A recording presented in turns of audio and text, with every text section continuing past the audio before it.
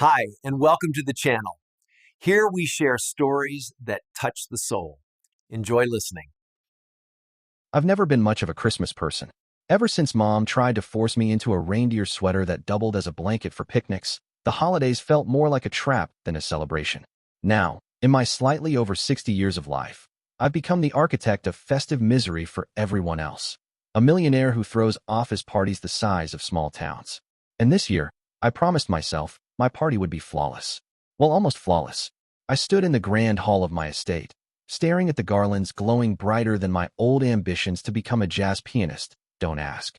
Snow tapped insistently against the windows, like an overzealous drummer, and I could already feel my employees and guests scheming to snatch even a fragment of my attention. But life, I've learned, is always a dark comedy, especially when it's spiced with money, ambition, and people dressed in red ties and redder lipstick. When my secretary, Mrs. Larkin, appeared in the doorway, clutching a clipboard like it contained the secrets of the universe, I knew this party was about to get interesting. She gave me that look, the one that says, "You might be rich, but honey, you can't control humans." "Mr. Thompson," she said, voice tight, "you might want to sit down for this. There's a change in the guest list." Ah, the guest list. My pride and my headache, all wrapped in one glittery bow. I raised an eyebrow, already anticipating the drama. "You mean someone canceled?" I asked, trying to sound casual while mentally calculating how many champagne bottles that might free up. "No, worse," she said, lowering her voice like the next words were going to trigger an alarm. "Someone unexpected is coming, and it's complicated." I leaned against the marble railing, trying to appear calm while my imagination ran wild. "Complicated how? Are we talking old flame? A strange cousin? International spy?" Mrs. Larkin ignored my sarcasm. "Let's just say it's someone from your past. Someone you didn't expect to see under your roof this Christmas." I froze. The word past is dangerous. It sneaks in like snow under the door, quietly piling up until it covers everything.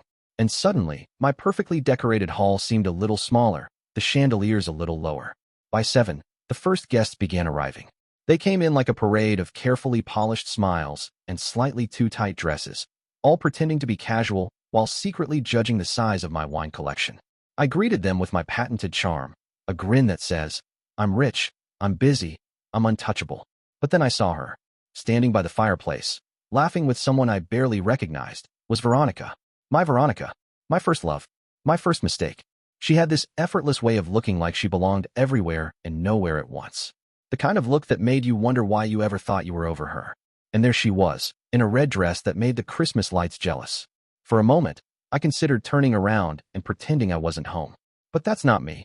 I've always faced chaos head-on, preferably with a cocktail in hand. So I took a deep breath, smoothed my suit, and walked toward her like a man who knew exactly how dangerous charm could be. The night unfolded like a snowstorm, unpredictable, beautiful, and slightly painful. I found myself catching glimpses of other old flames, whispered exchanges, and subtle glances that screamed stories of betrayal, passion, and ridiculous secrets. It became clear that this wasn't going to be a simple holiday party. It was going to be a stage for old romances, new scandals, and me, the hapless director trying to keep it all from collapsing. At one point, someone in a Santa suit tried to lift a champagne glass in my direction and tripped over the rug, spilling gold liquid across the floor. Laughter erupted. Veronica laughed too, the sound like sleigh bells and warning sirens all at once. I realized then that my Christmas was officially off script, and, honestly, I couldn't stop smiling. Because nothing says festive chaos like snow, scandals, and Santa suits. The party had barely begun, and already I felt like a cat in a room full of rocking chairs. Everyone was smiling, drinking, mingling, and scheming all at once. And I was supposed to be the puppet master. I should have known better. Controlling grown adults with decades of secrets is like trying to herd snowflakes in a blizzard. I wandered toward the buffet, partly to escape Veronica's magnetic presence, and partly because shrimp cocktails are the one thing in life I still feel confident about. That's when I saw Mark, my CFO, leaning a little too closely over the dessert table with, well, someone's fiancé, apparently. My eyebrows shot up. Not in a judgmental way, mind you. I'm a man of experience. But in a this is going to be interesting way. It's funny, the things you notice when you're suddenly in the middle of a romantic battlefield disguised as a corporate holiday party. You notice the way a man's hand lingers a second too long on a glass.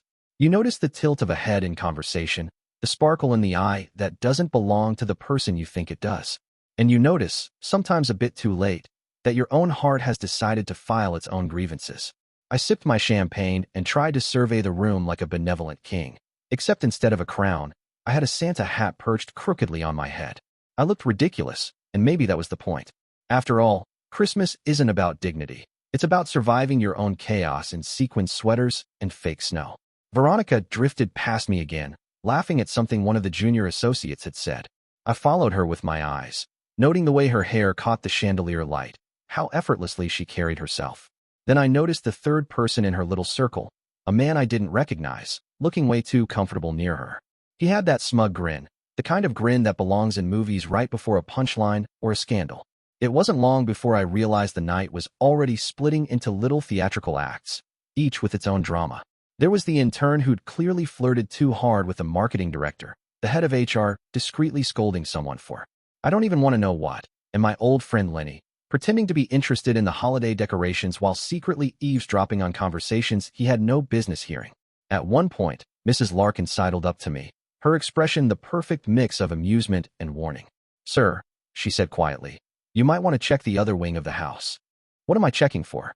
Fires? Murder? Love affairs?" I asked, raising an eyebrow. She ignored my sarcasm. I walked cautiously toward the other wing and found, sure enough, a small gathering of my staff, Mark included, huddled around something suspiciously like an intimate exchange. I didn't need to see the details to know what was happening. A few smiles, a lot of hand gestures, and the unmistakable aroma of forbidden flirtation. I cleared my throat. "Ah, I see we're celebrating the holidays in a very participatory way," I said, my tone equal parts amused and menacing. The room went silent, eyes darting like deer in headlights. Mr. Thompson," Mark stammered. "We were just talking about the dessert table." "Sure you were," I said, smirking. "Let's keep it that way, shall we?" I turned on my heel, but not before catching Veronica in the distance, shaking her head at the spectacle with a smirk that said, "I know exactly what's going on." By the time the clock struck 9, the party had fully evolved into a kind of absurdist play, where I was simultaneously the director, the audience, and one of the unwitting actors. Snow continued to fall outside, turning my estate into a postcard, but inside, the temperature had risen thanks to whispered confessions, stolen glances, and the occasional accidental brush of a hand. I found myself reflecting, as one does when observing human folly, that love and betrayal are rarely tidy. They spill over the edges of manners, cocktail napkins, and corporate etiquette. And sometimes, just sometimes, they come wrapped in glittery paper with a bow on top, making you laugh and groan at the same time. Then came the real surprise of the evening. Just as I was thinking I might sneak away for a quiet drink in the library, the front doors burst open. Snow blew in, swirled around like it had personal vendettas, and there, framed by the swirling flakes and Christmas lights, was my ex-wife, Gloria. Gloria, with her impossibly red lipstick and that look that had once made me want to sell my business and run away to the Caribbean. She had never missed a Christmas party if there was the slightest chance of causing a stir, and tonight was no exception. "Oh, look who's here," I said, raising my glass in mock salute. Gloria, just in time to see my empire of chaos. She laughed, a sound that carried like a warning bell. "Darling, it seems your parties haven't changed one bit." And with that, the room seemed to shrink, the chatter dimmed, and the night became even more interesting. Because now, not only did I have Veronica, I had Gloria and the rest of the staff, all blissfully unaware of the emotional minefield they were navigating. By 10 o'clock, Santa hats were crooked, champagne was running low, and whispered secrets had become full-blown confessions. I realized, with a mixture of horror and delight, that this was going to be a Christmas to remember. A Christmas of snow, scandals, and Santa suits. By 11 o'clock, my estate had transformed from a polished showcase of wealth into what could politely be described as a festive madhouse. The hallways echoed with laughter, whispered arguments, and the occasional shriek of someone who had discovered a spiked eggnog. Veronica had positioned herself near the piano, chatting animatedly with a few interns, while Gloria circled the room like a hawk, her eyes scanning for someone or something that needed correcting. I tried to maintain the air of a benevolent host, holding my glass like a scepter and nodding at guests with practiced charm. But between the subtle sparks flying across the room and the tension that made even the chandeliers seem anxious, I realized my role had shifted. I wasn't just hosting a party anymore. I was refereeing a delicate, glitter-coated war. "Mr. Thompson," Lenny sidled up to me, his expression one part mischief, one part faux concern. "You might want to look over here. It's interesting." I followed his gaze to find Mark, still hovering a little too closely near the HR director. The HR director, an otherwise strict and meticulously professional woman, looked flustered but not displeased, which only made the scene more scandalous. I raised my glass and called out, "Ah, the holiday spirit is contagious, isn't it?" My tone carried the faintest edge of warning. Mark froze, caught like a deer in the headlights. He tried to smile, but it was the kind of smile that says, "I know I'm in trouble, but maybe I can get away with it. I'll, just get some more punch," he mumbled, retreating like a guilty child. Meanwhile, Gloria had somehow maneuvered herself near Veronica, her presence immediately shifting the room's energy. Veronica, ever graceful, acknowledged her with a polite nod, though I could see the tension ripple in her posture. Two women, 2 decades of history, and one small hallway. This was going to be a fireworks show. "Darling," Gloria said, her voice dripping with nostalgia and mischief. "It's so quaint. All these young people running around, pretending they're not interested in each other." Veronica smiled, cool and composed. "Some things never change, do they?" I leaned against the piano, hiding a chuckle. Oh, this is going to be good, I thought. The dynamic between these two was electric, and I couldn't look away. It was as if the entire history of my love life had condensed into a 20-foot corridor, glitter, and the faint scent of peppermint. It wasn't just the women, though. Everywhere I looked, I noticed subtle betrayals and flirtations that were both comical and alarming. The junior accountant, normally so shy, was daring to flirt with the assistant marketing director, who looked scandalized yet oddly pleased. The CEO of our partner company was whispering with the events coordinator in a corner, their heads so close together I suspected secrets were being exchanged about more than just the holiday budget. I sighed, realizing that trying to control this circus was a hopeless endeavor. And maybe, just maybe, that was the point. Chaos has a way of revealing truths, whether you like them or not. By midnight, the snow outside had piled high, transforming my estate into a winter wonderland that could have been photographed for a magazine. Inside, the atmosphere was combustible. Someone had brought a karaoke machine, which seemed innocent enough until Mark decided to sing an off-key rendition of Jingle Bells while winking at the HR director. I considered stepping in, but then Gloria leaned in to whisper something to Veronica, and suddenly I was entirely distracted. "Do you remember Paris?" Gloria asked, just loudly enough for me to hear.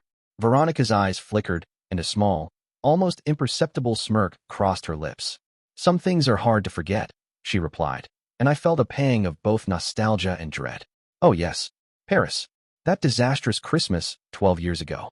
I remembered it vividly. Snow, champagne, and a very public misunderstanding that had ended with me chasing someone through the streets in a rented Santa suit, while Gloria's laugh echoed behind me. And now, here we were again, 12 years older, slightly wiser, but still dancing around the same old sparks. The night continued its theatrical spiral. I found myself in the kitchen, trying to hide from the world and enjoying a quiet moment with a plate of cheese and crackers. But even here, no peace awaited me. Lenny popped in, holding a glass of wine like it was a weapon. "You should see the library," he whispered conspiratorially. "It's chaotic." Curious, I followed him and found Veronica and Gloria, now joined by 2 more women from my board, deep in a conversation that was half laughter, half scheming, and entirely fascinating. I watched as subtle gestures, touches of a hand, lingering glances, playful smirks, set off silent alarms in my brain. The room felt alive, charged with history, desire, and the unspoken understanding that this night was not going to end quietly. At some point, someone decided it was appropriate to start a snowball fight inside the house. Snow, courtesy of the open front doors, flew across the grand hall, landing on velvet couches, marble floors, and even my meticulously coiffed hair. I found myself laughing uncontrollably, glass in hand, as Gloria launched a perfect snowball at my chest. Veronica dove out of the way, her laugh ringing like silver bells. By the time the clock chimed 1 a.m., the party had fully embraced chaos. Laughter mingled with whispered secrets, stolen kisses, and the occasional shriek of mock horror. My estate, my carefully curated haven of holiday perfection, had become a stage for the absurd, the romantic, and the scandalous. I leaned back in a chair, surveying the scene, and realized something. I had no control over this night. I couldn't dictate who fell in love, who betrayed, or who remembered what mistakes from the past. And yet, for the first time in decades, I felt completely alive, reveling in the mess of human emotion, sparkling lights, and the unpredictability that only Christmas could bring. Because nothing says holiday magic quite like snow, scandals, and Santa suits. And tonight, my house had all 3 in abundance. By 2 a.m., the party had officially crossed over into the realm of controlled disaster.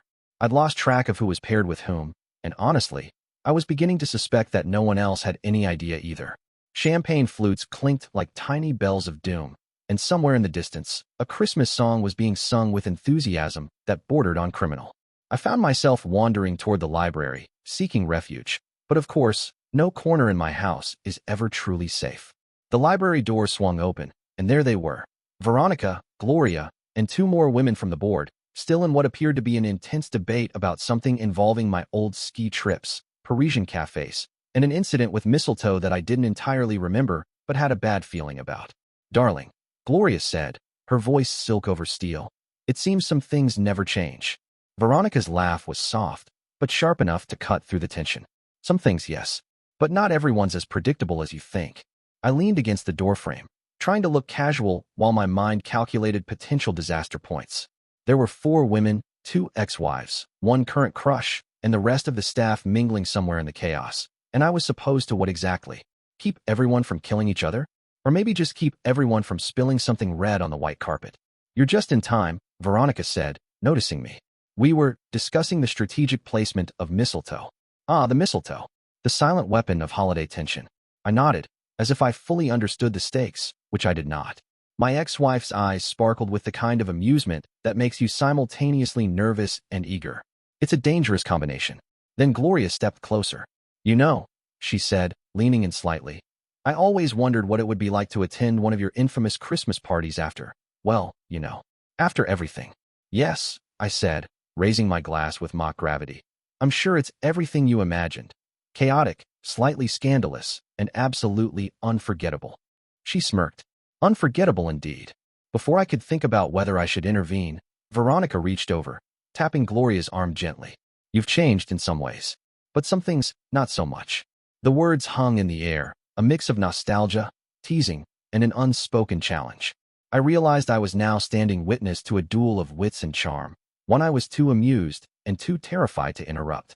Meanwhile, the chaos elsewhere in the house continued to escalate. Somewhere in the dining hall, Mark had apparently decided that his earlier flirtation was not enough, and he was now attempting to serenade the HR director with a painfully off-key rendition of Silent Night. Glasses rattled, and a tray of hors d'oeuvres narrowly escaped a disaster. I caught a glimpse of Mrs. Larkin, face pale but trying to hide a smile, silently willing someone, anyone, to regain control of the situation. I wandered into the grand hall, only to find Lenny attempting to stage what could only be described as a snowball ambush. He had recruited 3 interns and was armed with small piles of snow from the open front doors. Veronica and Gloria, naturally, were both in on the fun. Snow flew through the air, landing on my shoulders and into my hair, and I couldn't help but laugh. Chaos, after all, has a certain charm. I shook off the snow and made my way back to the library, where a new complication had arisen. One of the younger board members, apparently emboldened by the combination of festive spirit and champagne, had accidentally revealed a secret about Veronica, something that made her pause mid-laugh, eyes narrowing slightly. Gloria noticed it too, and the tension thickened like pudding left out too long. "Darling, care to explain?" Gloria asked, tilting her head innocently. The young board member stammered, looking like a deer caught in headlights. I thought it was common knowledge." "Common knowledge?" Veronica's voice was sweet but lethal. "Oh, I see. That's what this is now." I sighed.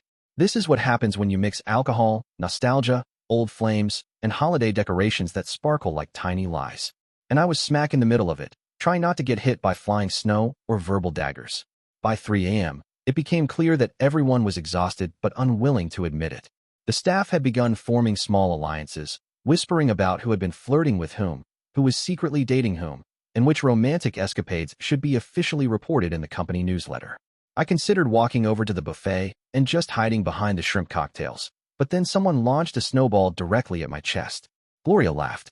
Veronica laughed. Even Lenny seemed to have forgotten his mission and was now laughing uncontrollably. And I realized, with a strange sense of clarity, that this beautiful mess was the heart of Christmas. The unpredictability, the flirtations, the betrayals, and the laughter all mixed together like a cocktail that was stronger than anyone anticipated. I took a deep breath, surveying my empire of chaos, and found a small, quiet smile. Perhaps I couldn't control love, or gossip, or past mistakes, but I could enjoy the spectacle. And enjoy it I did.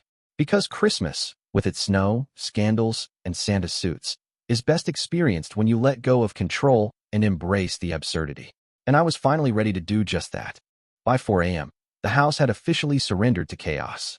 The snowstorm outside had intensified, covering the driveway, the gardens, even the statue of the golden retriever I'd once tried to teach to sit on command, without success, obviously. Inside, the chaos had evolved beyond simple flirtations and snowball fights. Now, there were whispered confessions, subtle confrontations, and the occasional very public display of mischief. I found myself in the grand hall again, trying to appear regal as the self-appointed king of this winter circus. My Santa hat had slipped slightly to the side, giving me a rakish air I couldn't entirely control. Veronica was nearby, laughing at something one of the younger interns had said, while Gloria was hovering close by, giving me that knowing look, the one that said, "Don't get too comfortable." And then it happened. The first real confrontation of the night. Mark, who had been tiptoeing around the edges of scandal since the beginning of the party, accidentally, or perhaps inevitably, revealed a little too much to the HR director. "You mean, you two?" Someone whispered loudly enough for the room to catch on. Heads turned. Glasses clinked. Laughter bubbled nervously, as if the room collectively realized it was witnessing something it shouldn't. And Mark, face as red as a Christmas ornament, tried to explain himself. I didn't mean. But you did," I said, stepping in with mock severity. "And that's what counts." Mark swallowed hard, and the HR director raised an eyebrow, clearly amused despite herself. It was the kind of scene that could have been staged in a soap opera, complete with dramatic lighting from the snow reflecting through the windows. Meanwhile, Veronica had spotted Gloria across the room and, with a mischievous smile, decided to approach her. The two women, one my first love, the other my unpredictable ex-wife, stood facing each other, their expressions unreadable. It was like watching two skilled chess players, both determined to win, while the pawns around them had no idea what game they were in. "Darling," Gloria said smoothly, "I see you've brought your charm to the party." Veronica tilted her head, eyes sparkling. "I could say the same about you. But some things never really change, do they?" I watched from a distance, feeling both alarmed and entertained. There's a strange, almost magical energy that occurs when old flames collide under festive lights and fragile egos. It's equal parts terrifying and exhilarating, and I had a front row seat. The snowball fight in the hall had dwindled, leaving small remnants of snow on the floor and furniture. Someone had started a makeshift snow fort by the fireplace, and Lenny, predictably, was attempting to climb it, as if to declare himself king of the chaos. I considered stopping him, but then noticed Gloria giving him a sly look, probably silently plotting some mischief of her own. The tension in the room shifted suddenly when one of the interns, clearly emboldened by the champagne, decided it would be hilarious to reveal Veronica's little secret. The room fell silent instantly. All eyes turned toward her. Veronica, for her part, blinked, a flicker of amusement crossing her face before she smoothly masked it. "You know," she said softly, "some secrets are best left private." Gloria's lips curved into a smile, sharp and knowing. "Indeed. But revealing them can be so entertaining." It was then that I realized the night had taken on a life of its own. No amount of planning or control on my part could dictate what unfolded. The snowstorm outside mirrored the chaos inside, uncontrollable, wild, and beautiful in its own messy way. By 5 a.m., the lines between flirtation, rivalry, and accidental betrayal had blurred completely. Veronica and Gloria had joined forces, in a curious mix of camaraderie and competition, whispering and laughing, leaving me alternately amused and wary. Mark had retreated to a corner, plotting his escape strategy, while Lenny continued his quest for chaotic dominance over the snow fort. At one point, I wandered into the dining room and found a surprising scene. Two senior executives, usually the picture of propriety, locked in what appeared to be a heated but whispered negotiation over something. Their eyes darted toward me, panic flashing briefly before being replaced by forced smiles. Clearly, they had misjudged the power of festive cocktails and mistletoe. And then, just as I thought the night couldn't possibly escalate further, Gloria made her move. She approached me, glass in hand, her red lipstick gleaming under the chandelier lights.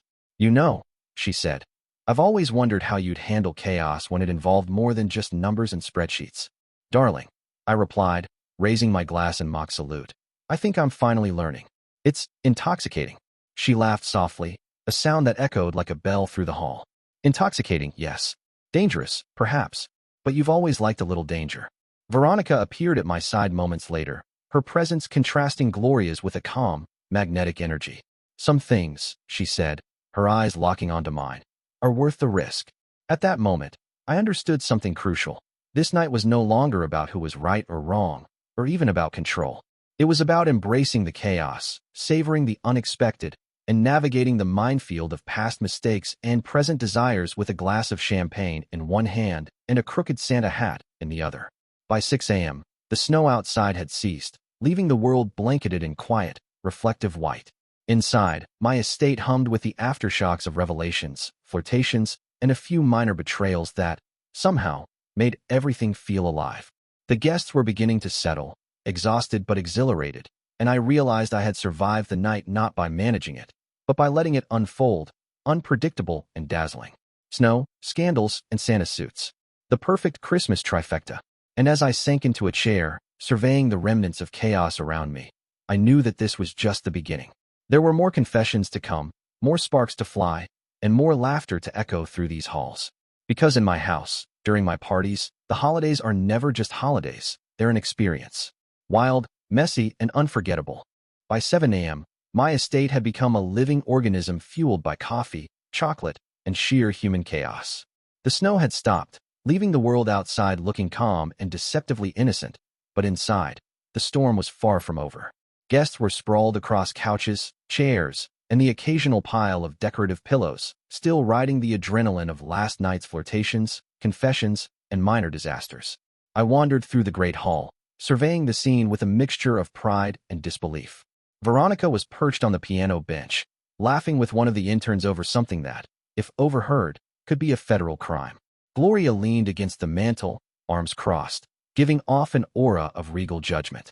And somewhere near the dessert table, Mark was attempting to explain himself to a group of increasingly judgmental staff members. It struck me that the night had mutated into a kind of festive experiment in human behavior.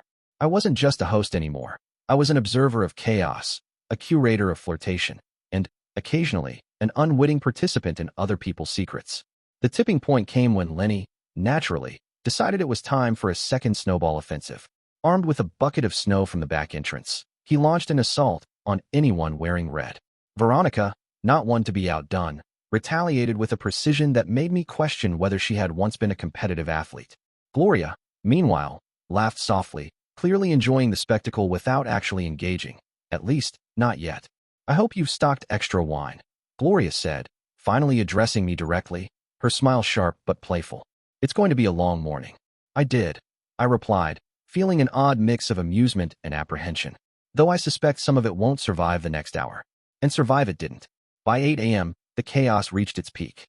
Veronica cornered Gloria near the breakfast buffet, a subtle game of words and glances that suggested both competition and a strange camaraderie. The air between them was charged, each word a careful probe, each smile a challenge. "You haven't changed a bit," Veronica said, her tone light but pointed. "Nor have you," Gloria replied, tilting her head, her eyes glinting with mischief. "Though some things are easier to forgive than others." I watched, fascinated, as the two women, my past and my present, circulated the room like dueling queens in a chess game. Their energy was magnetic, dangerous, and entirely irresistible. I realized I was caught in the middle, the pawn in a game that had long ago stopped being about me. Meanwhile, elsewhere in the house, Mark's earlier flirtations had reached the point of near disaster. The HR director had, quite publicly, leaned close enough to whisper something scandalous in his ear, and I couldn't help but step in. "Mark," I said, my tone calm but unmistakably threatening, "I suggest you take a break before the mistletoe claims more victims." He nodded vigorously, retreating like a man who had narrowly escaped an avalanche of consequences. I took a deep breath, shaking my head. So much for subtlety. The crescendo of the morning, however, came when someone, somehow, decided that a toast was in order. The crowd gathered, half-dressed in holiday finery, half hanging on the remnants of sleep-deprived charm. I raised my glass, feeling the weight of both expectation and history. "To snow," I began, smiling at the absurdity, "to scandals, and to Santa suits. May our hearts survive the chaos, and may our secrets remain amusing enough to survive the morning after." Laughter erupted. Veronica clinked glasses with me, her eyes teasing. Gloria followed suit, her expression carefully unreadable. And in that moment, I felt a strange sense of equilibrium, a fleeting, fragile piece amidst the remnants of yesterday's storm. But of course, equilibrium in my house is never long-lived. As the toast ended, I noticed a quiet movement in the corner of the room. One of the younger interns, emboldened by the champagne and the drama, had taken it upon herself to reveal yet another secret. This one involving a minor board member and a clandestine holiday trip that no one outside the company should have known about. The revelation landed like a snowball thrown with precision, and suddenly, whispers erupted like tiny avalanches. Veronica's eyes narrowed, and I realized she was calculating her response. Gloria, unsurprisingly, leaned back with a smirk, clearly enjoying the spectacle without participating. I stepped forward, raising my hands in mock surrender. "Everyone, please," I said, my voice carrying across the room. "We are gathered here to celebrate Christmas, not to compile a list of emotional casualties." It worked, temporarily. The whispers subsided, though the tension remained thick, like fog over frozen ground. I wandered toward the library, seeking my usual refuge, only to find both Veronica and Gloria already there, leaning against the shelves, their expressions conspiratorial. "You know," Gloria said softly, "there are some things you just can't control, no matter how rich or powerful you are." "I've learned that," I replied, feeling the truth of her words settle in my chest. "Though I try."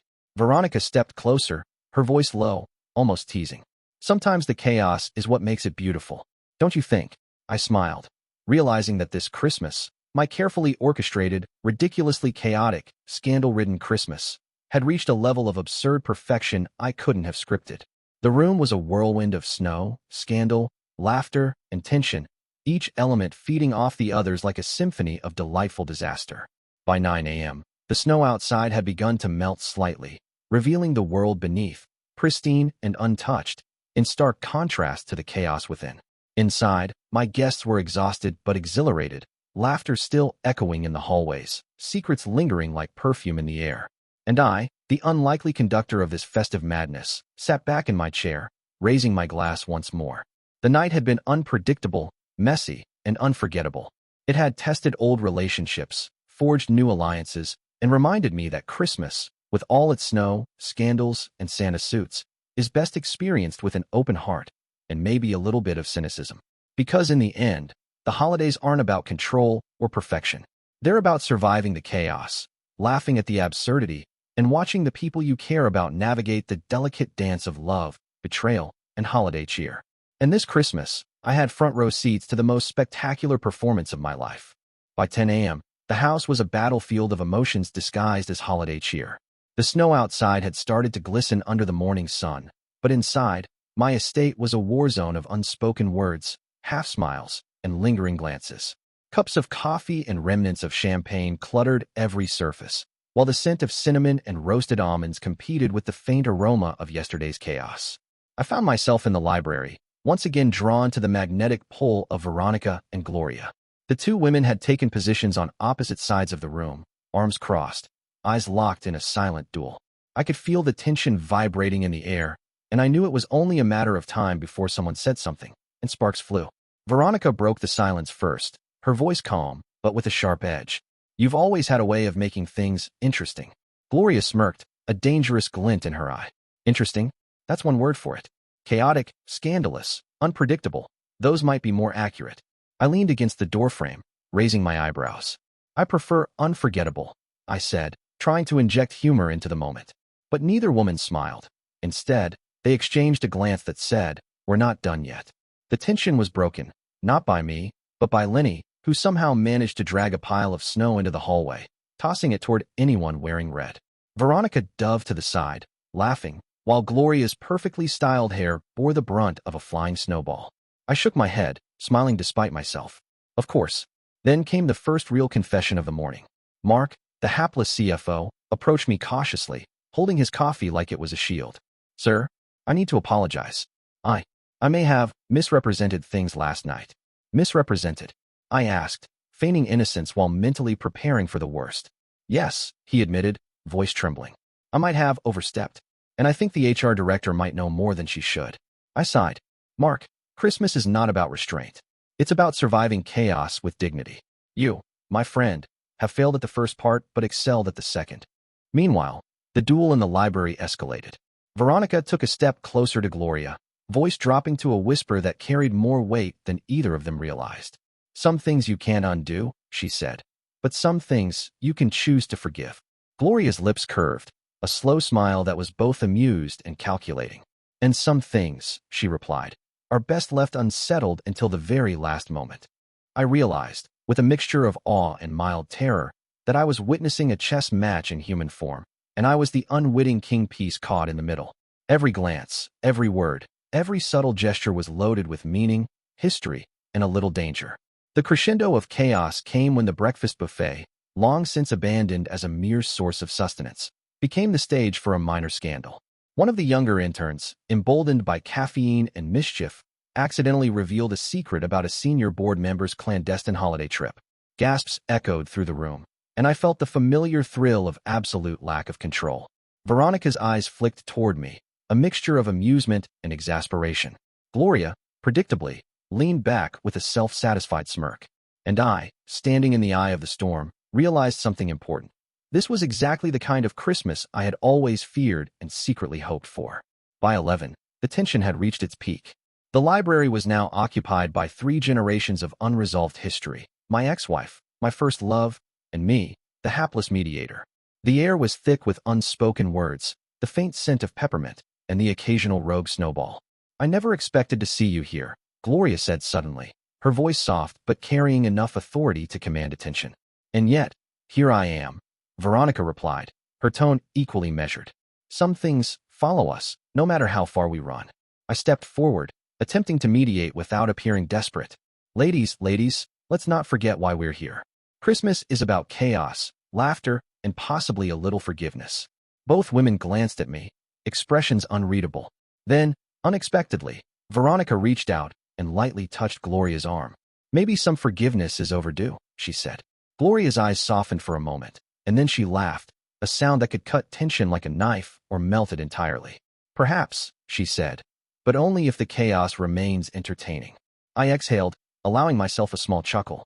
The balance of power had shifted, alliances subtly forming and dissolving in a delicate dance I could barely comprehend.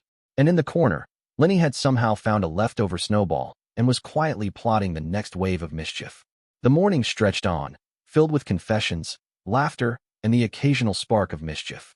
Mark retreated to the back of the room, humbled but wiser. The interns whispered, observing every interaction like scholars of human folly. Veronica and Gloria continued their intricate dance, teasing, testing, and challenging each other in a way that made my heart race and my head spin. By noon, the storm had subsided, leaving a world washed in sunlight and snow.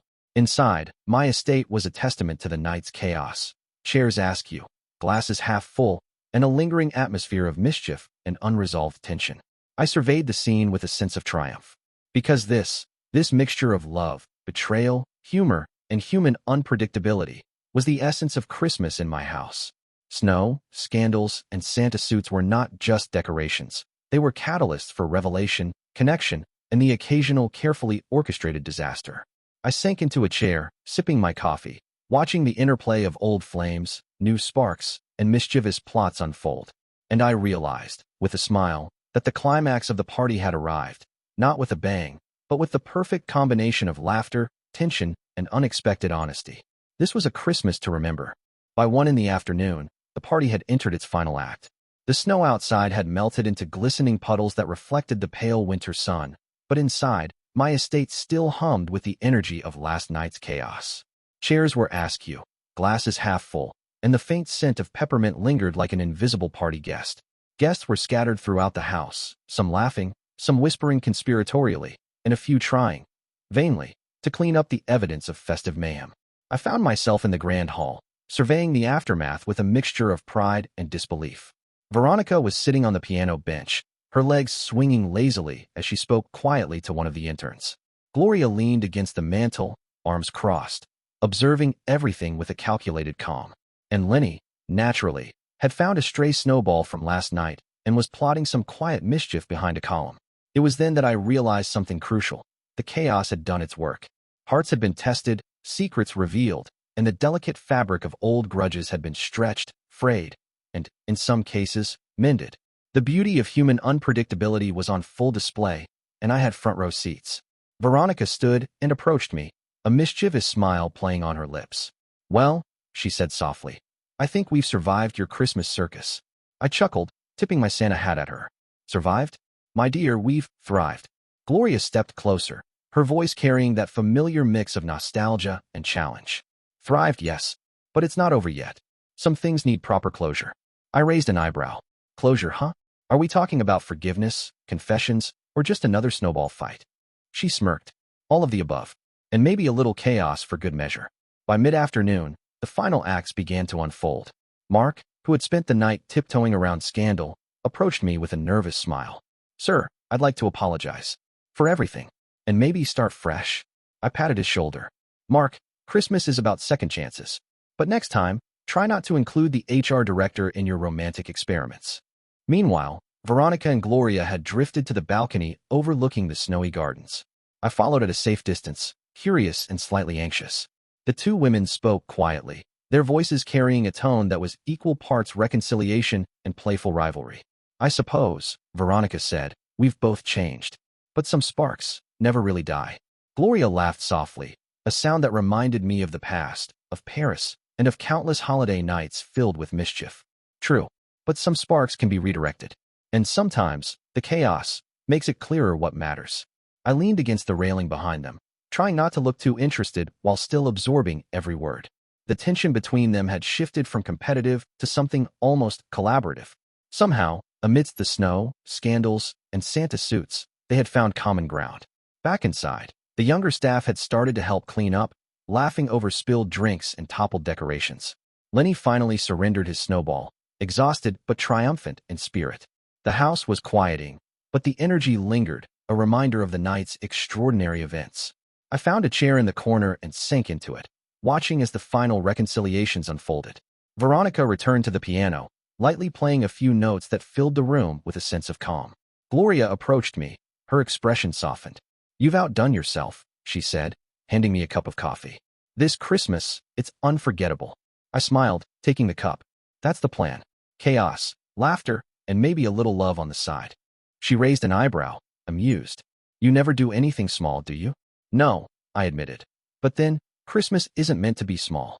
By late afternoon, the guests began to depart, offering hugs, handshakes, and knowing smiles. Veronica lingered until the end, her hand brushing mine in a fleeting but meaningful gesture. Gloria followed, leaving me with a wink that suggested some playful mischief might survive long after the last guest had left. The house was quiet at last. Chairs returned to their places, glasses washed, and the faint scent of peppermint and roasted almonds remained, lingering like the memory of a dream. I wandered to the balcony, looking out at the snowy gardens now glistening in the soft light. It had been a Christmas of snow, scandals, and Santa suits. Of old loves rekindled, secrets revealed, and laughter shared. And somehow, amidst all the chaos, the mess, and the emotional roller coaster, it had been perfect. I took a deep breath, smiling at the quiet. Perhaps Christmas was never about control or perfection. It was about embracing the unexpected, surviving the chaos, and finding joy in the messy, human moments that make life unforgettable. And as I sipped my coffee, feeling the warmth seep in, I realized something else. Next year, I would do it all again. Maybe with fewer snowballs indoors, perhaps with a bit more restraint. But mostly, I would do it all again, because there is no holiday quite like a Christmas filled with love, laughter, and just the right amount of scandal. Snow, scandals, and Santa suits. The trifecta of chaos, the hallmark of unforgettable Christmases, and my perfectly imperfect tradition. I leaned back, taking it all in, and for the first time in a long while, I felt completely content. The house, the people, the chaos, it was all mine, and somehow, it was exactly how Christmas was meant to be. Thank you so much for watching. If you enjoyed this story, don't forget to subscribe to the channel and stay with us for more.